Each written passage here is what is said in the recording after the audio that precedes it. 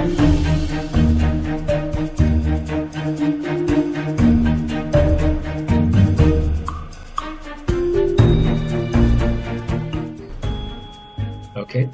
very common opening. This is a complex variation of the Sansan Joseki. If you guys want to avoid this, simply don't play this move. Just extend and be fine. We often avoid this because we don't study Joseki that much. This is a simple variation of the complex Joseki. We see black, taking two sides. White takes a fairly large corner.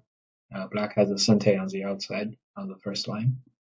However, because white has this cut, has a stone that cuts black in a relatively good location, black's outside isn't as strong as he would like, and this is a key mental gymnastics you guys have to do with the Sansan Josekis. The outside is not thickness. The outside is not strong. You should not be afraid of the outside. Or you have to take steps to limit the outside, in case it becomes very strong. Of course, becomes very strong naturally. Anyway, so this is all Joseki. Up to this point, black has a very strong right side. Game's about even. This is obviously aimed at reducing black's territory on the right side. And black takes the bottom territory first. White jumps into the black territory. And you guys will see this very often in pro games. One guy would not take like a 1 point loss, and then big fights happen. And then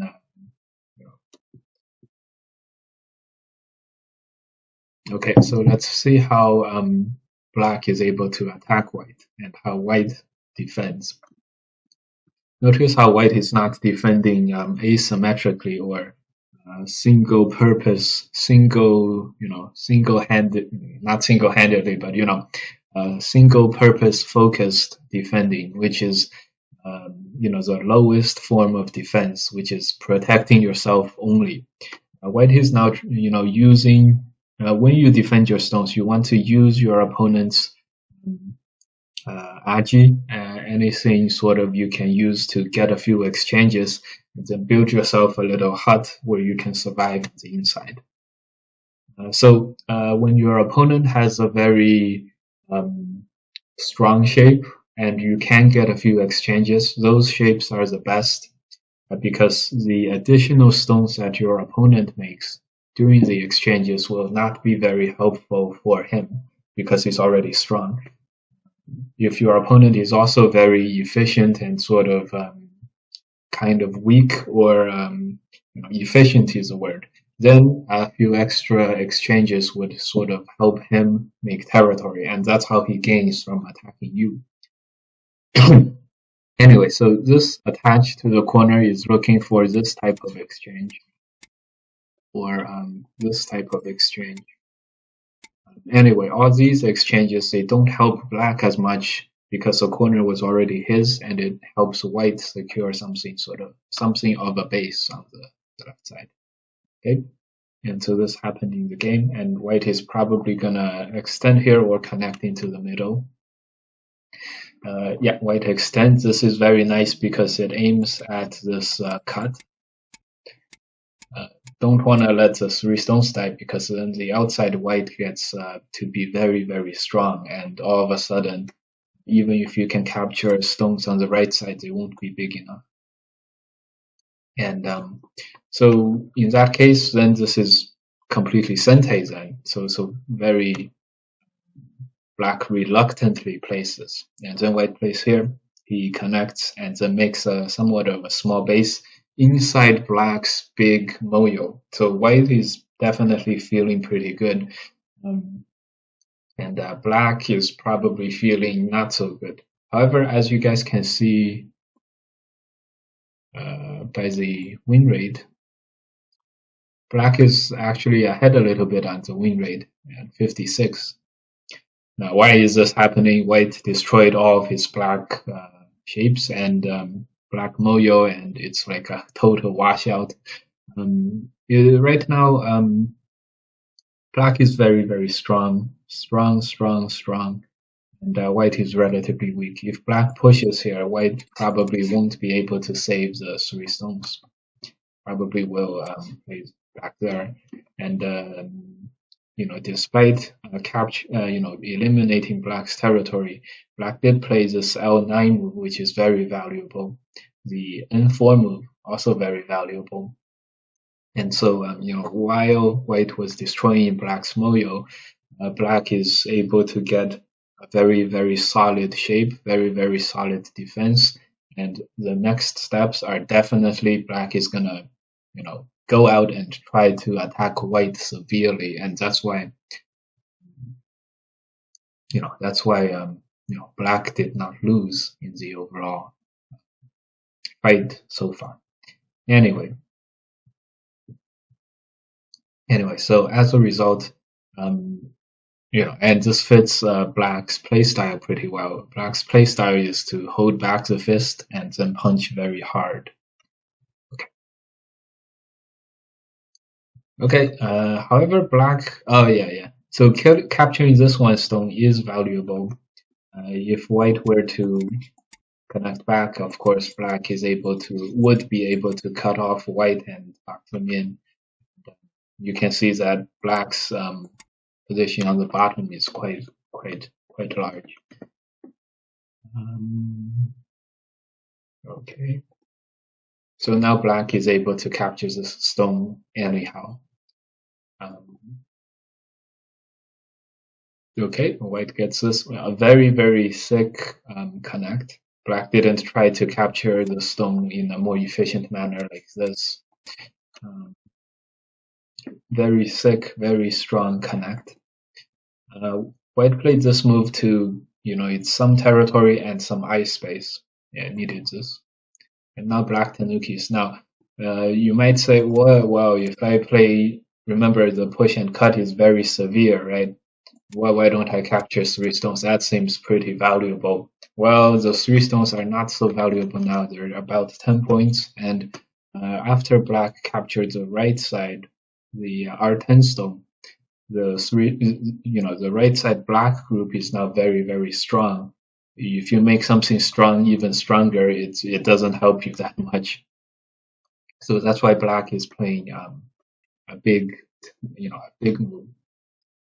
Okay, White places attach, somewhat helping to protect his cut. Okay, this is a common thing. This is a common move against the White 3-4 point. It's slightly worse than regular Joseki's, involving the the approach. However, if Black plays the regular approaches, White would move on to the bottom side. And now Black probably wants to block on the bottom side. So that's why Black played the D4 attachment move. You've seen us play this move too. Okay. Wow, there's an AI review to this. This is great. Okay, so right now, Black is doing relatively okay. A lot of sickness. White has some territory, but it's about the same as Black. But so Black if Black can gain some stuff, some advantage, maybe it'll be good for Black. Anyway, well, minus 18 points. Black probably attacked Black. Okay, and if Black had extended, the following would have happened. No. If Black had extended, well, you guys can see this variation. So this is the AI variation. It had, it's really stressing that the bottom is very big. Okay. Okay, the bottom is big. Okay. Now, when white atari is here, um, if white ataris, well, this is very nice. It has the AI, some of the AI variations. This is good. White is supposed to atari this and then live on the right side. Having this atari really helped to limit black's downside bottom potential. Notice how white does not connect this stone out. Connecting here, black is going to cut or extend back. And remember, black is ultra strong on the right side, so white is not going to be attacking black in any way. So, yeah, something good to note. Thanks for the follow, guys. French guy, French guy, Ambinu, and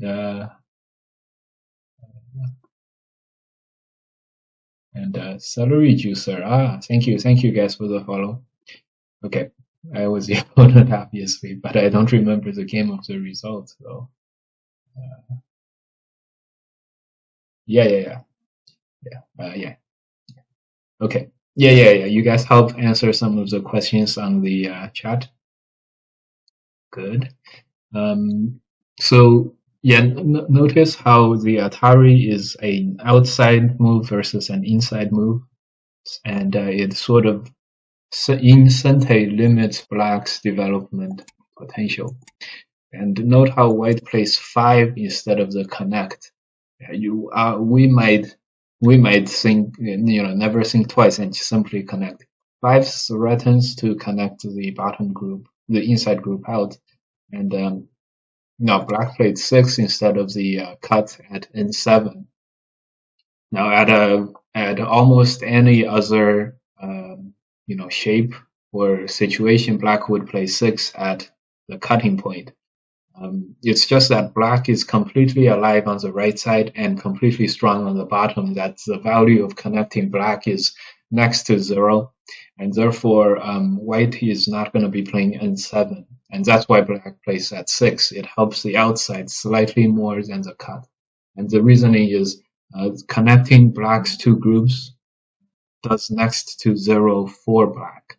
Now usually in this case, connecting helps black somehow, right? Makes either 2 weak groups very, very strong, makes 2 slightly strong groups much stronger, whatever.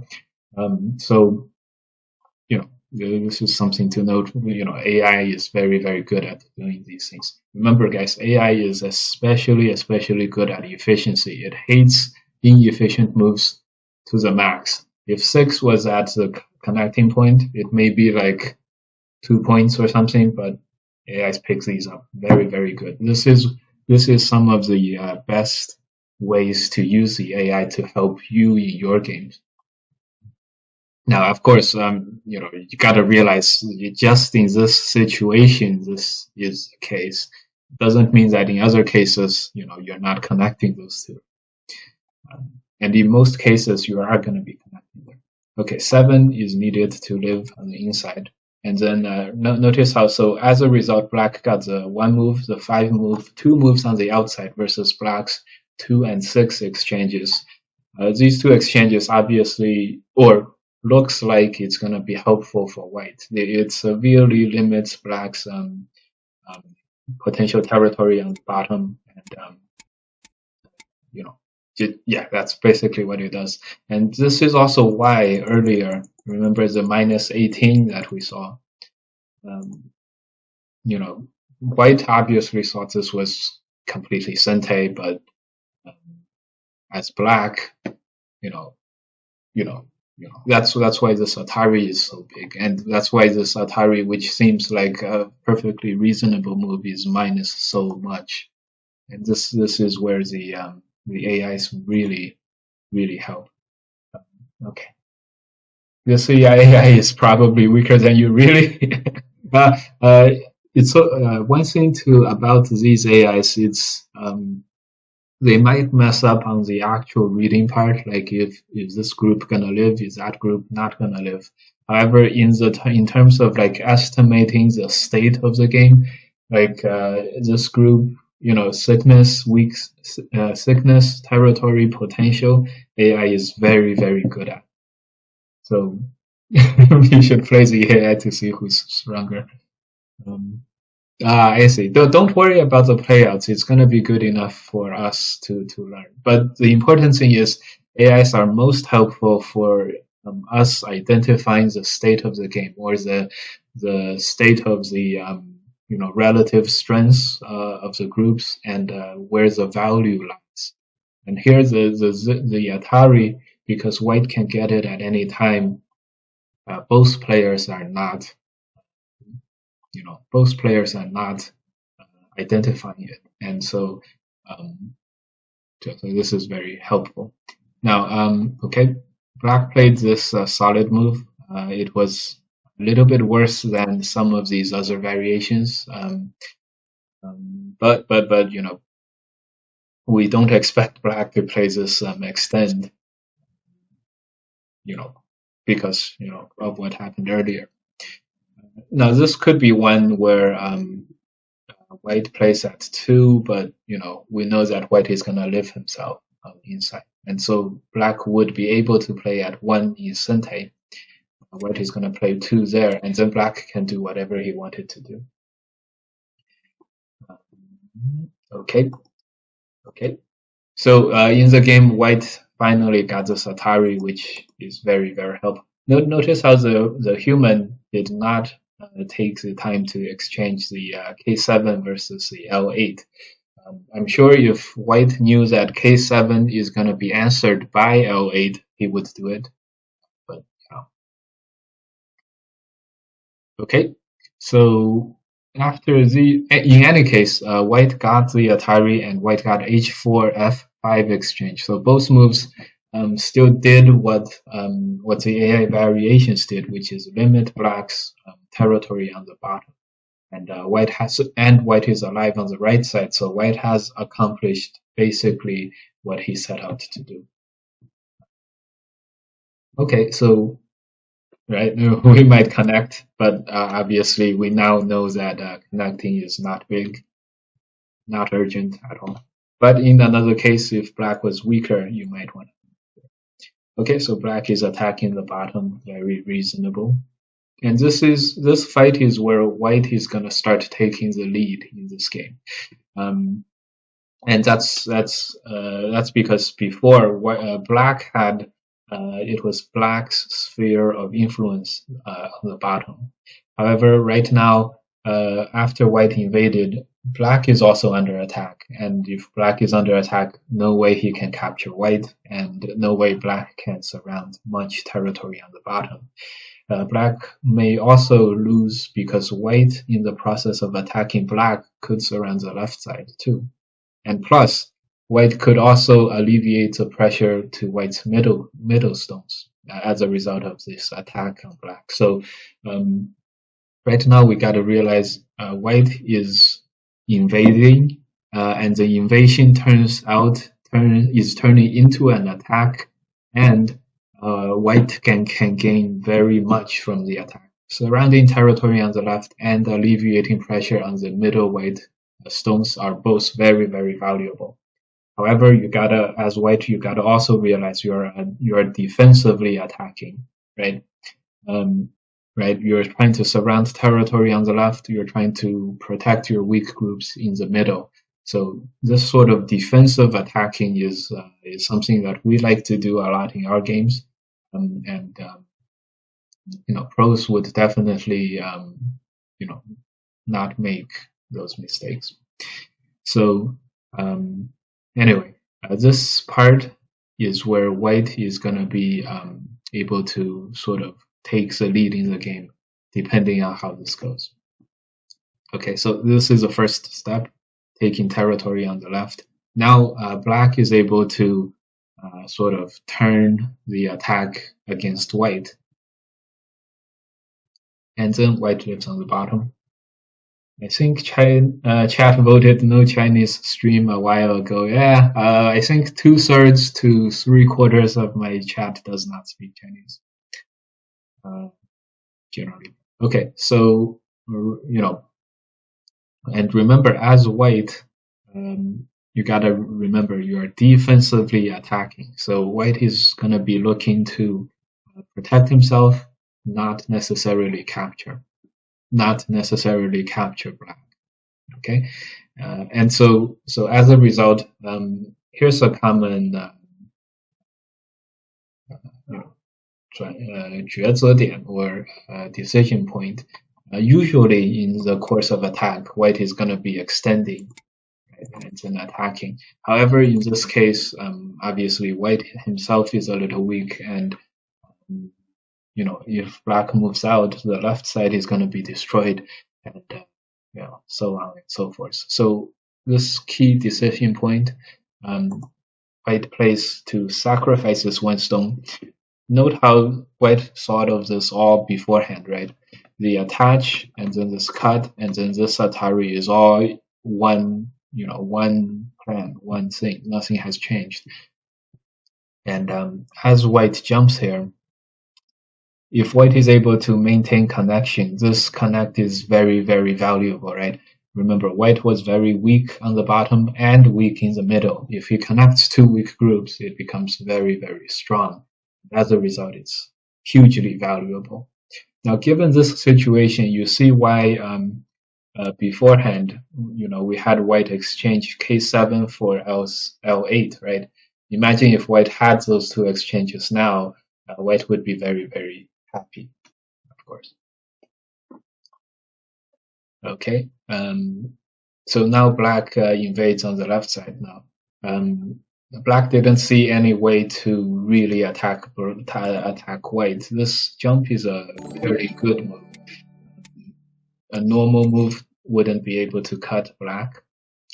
Miller the 11th, thanks for the follow. A normal move wouldn't be able to cut black. A cut here, white would extend. Probably also not be able to cut black. This stone is gonna die, of course. And so the only way for black to cut any of white's stones is to push this and then push here. You might think a wedge. No, a wedge would get netted. So the only way for black to continue to fight here is with this sequence. However, as you can see, white just can allow black to extend and then continue attacking. And then the left side is completely white. White's middle is relatively strong. So black loses more than he gains here. Of course, white can decide to save these stones and do something else, or attack black's group first and then decide to if he wants to save the middle or not. Anyway, so black did not like this result. And yeah, very true, very, very reasonable. Another thing white could have done to connect was probably here. This is connected. However, I think white was unhappy letting black get exchanges here. That makes black a little bit stronger. So this jump was something that I am learning from. It's very, very good. Okay, so this move is a little more desperate as black, right? Right now the tables have shifted. White is relatively strong, black is relatively weak. However, right now black is invading white's territory on the left. This shows the state of the game is tilting towards white. Okay, white attacks black. Now black has two very weak groups. Well, this is a very strong, thick move. Right now, after white plays this, black has no more syntax here, so the middle here is a false eye, and white is saying black is not going to be able to break out. And if black doesn't break out, white can start to go from defense, shift into offensive gear, and really, try to capture black. Okay. So now black has to basically escape. How are the two players doing on territory, right? This is 10, 20, 25, maybe 30 for black, 35, 45, 50 points for black. White has 10, 20, 25, 35, 40. So 50 points for black, 40 for white. However, if white plays this move, white will have 50. So we're a move on top, white will have over 50. So white is doing slightly better in territory. Now, white has some weaknesses here. So black has a few more points than it seems. So the game is relatively close, but it definitely favors white, especially since white is on the offense, and you know, white is on the offense.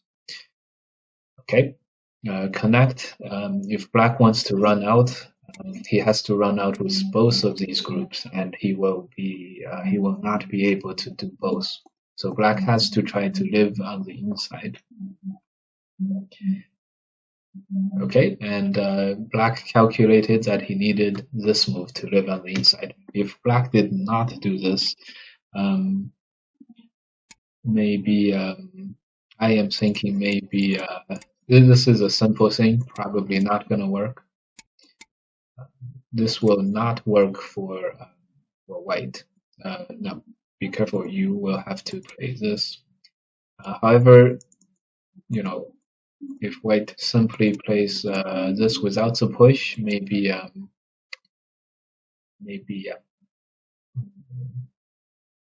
it's not clear, but probably black will not have enough ice space to live on the inside. So right now black must be agonizing over his decision.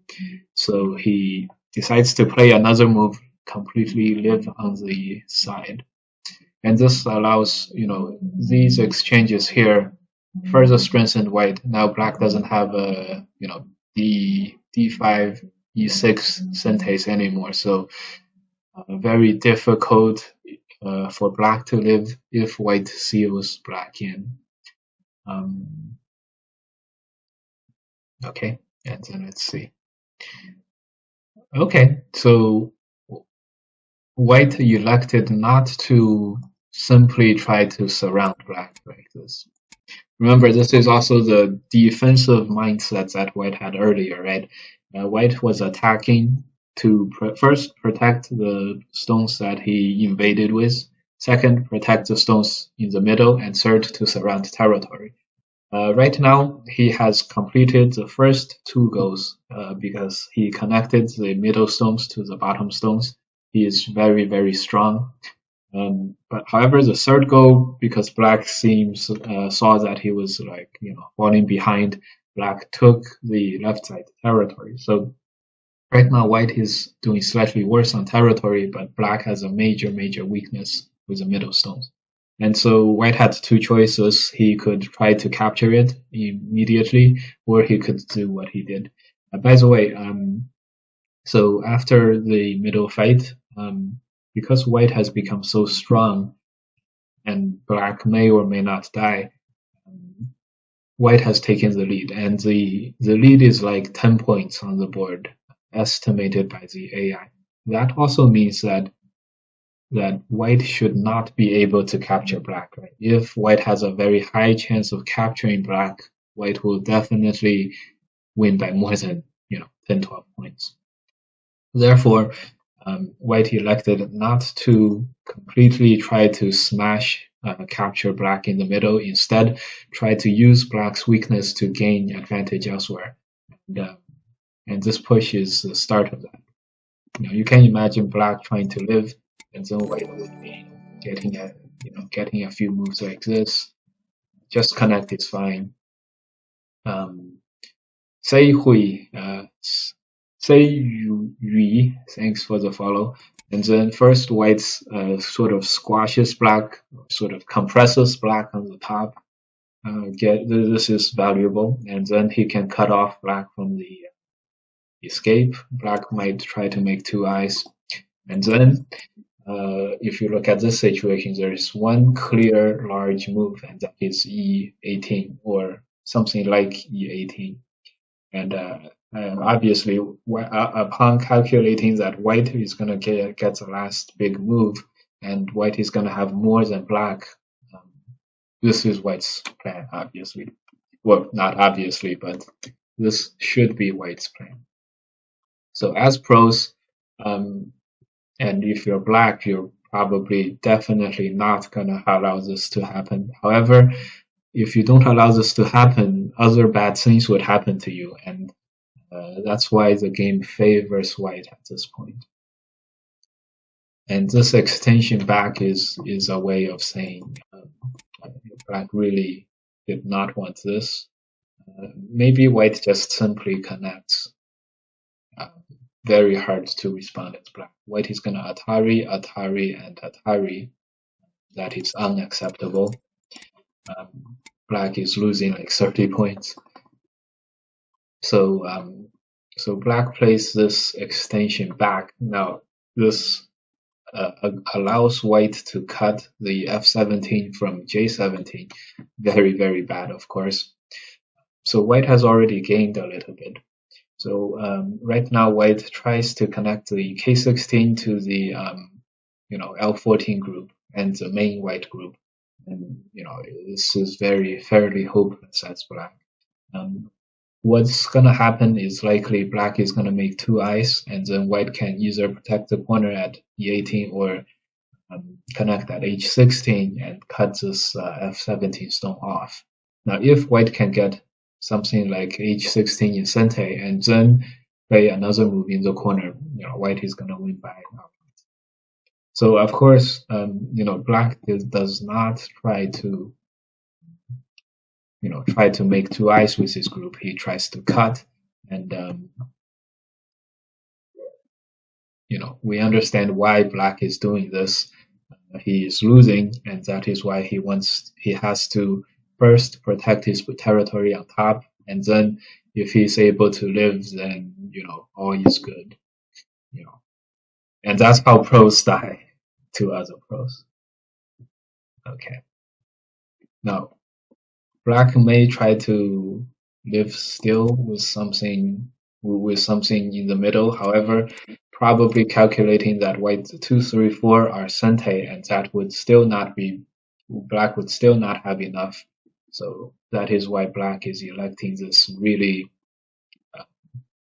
these moves. So right now, white has completed the surround and completed the surround. Through the so in effect, white has made exchanges with black's top, got a few stones, and completed the surround without giving black any ice space at all. So right now, it's gonna be very hard for black to do it.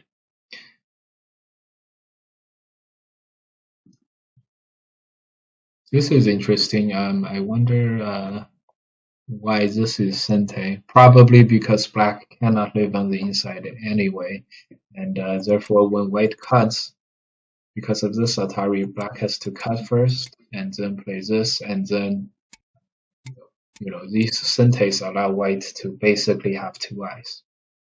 Probably. Okay. So black connects, white takes away the last eyes.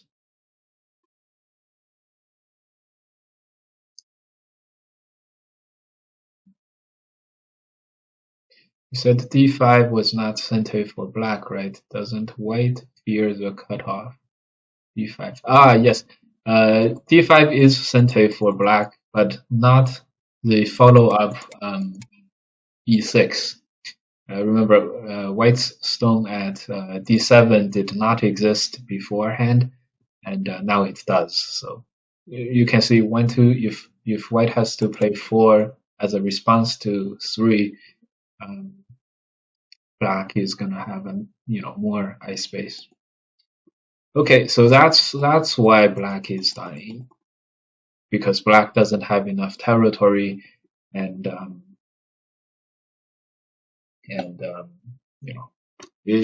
pros usually die because they don't have enough territory to win. This is no exception here. I think what white did extremely well, how white won the game, was with these moves. Right now the game is still very, very much even, and when white played this atari and then this jump, this is how white really took the game into white's direction. He completed the connect on the two groups very, very efficiently, and then right now it's a one-sided black being under attack. Why am I so bad? We didn't do enough life and death problems, and didn't take lessons, and didn't play enough games. Yes, I'm gonna play more games pretty soon. So as a result of white efficiently connecting himself, black fell into a lot of territory pressure, and as a result, black invaded instead of protected himself. And that was the beginning.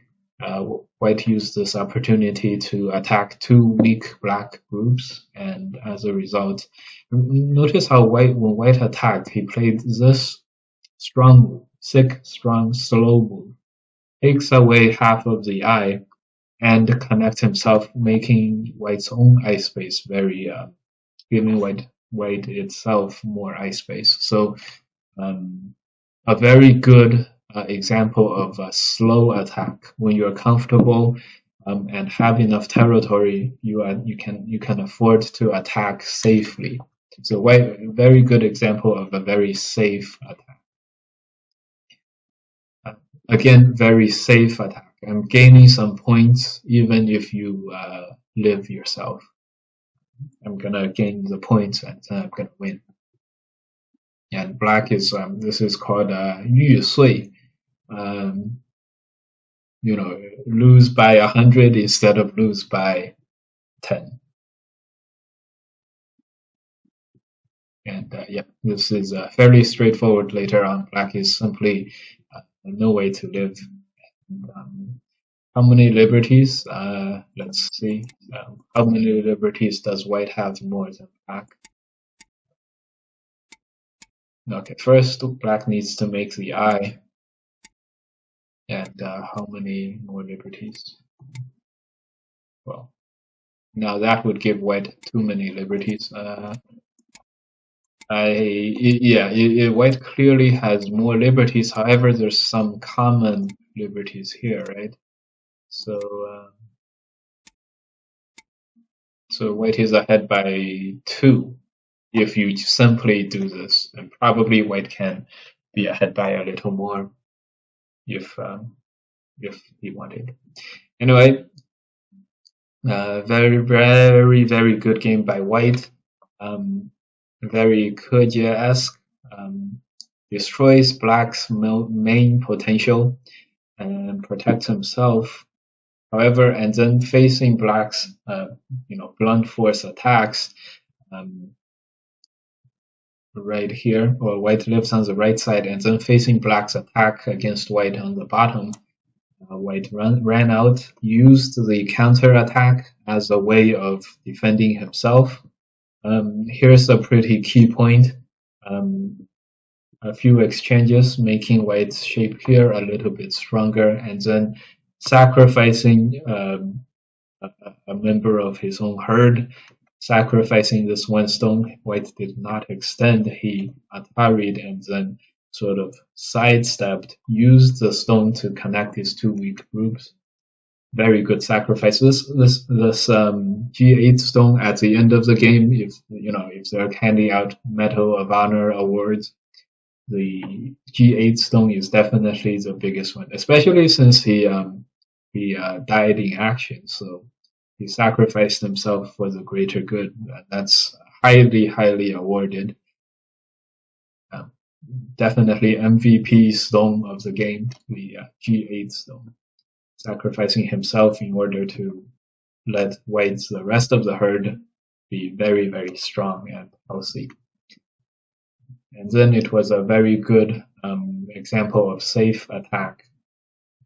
Attack to get points and while keeping yourself very safe. Okay, I hope you enjoyed this one, Papa Snack.